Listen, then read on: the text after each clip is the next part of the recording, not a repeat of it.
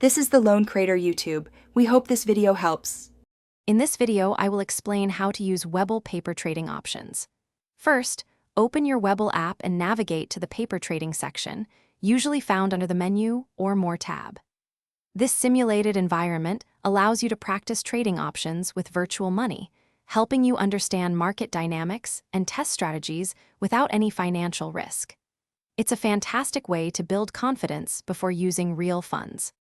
To place your first paper options trade, search for a stock and then tap on its options chain. Here, you can choose between call or put options, selecting your preferred strike price and expiration date.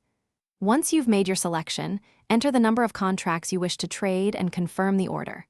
Remember, these are simulated trades, so feel free to experiment with different approaches.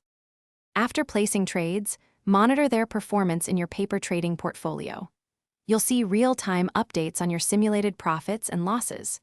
To close a position, simply select the option contract and choose to sell or buy to close.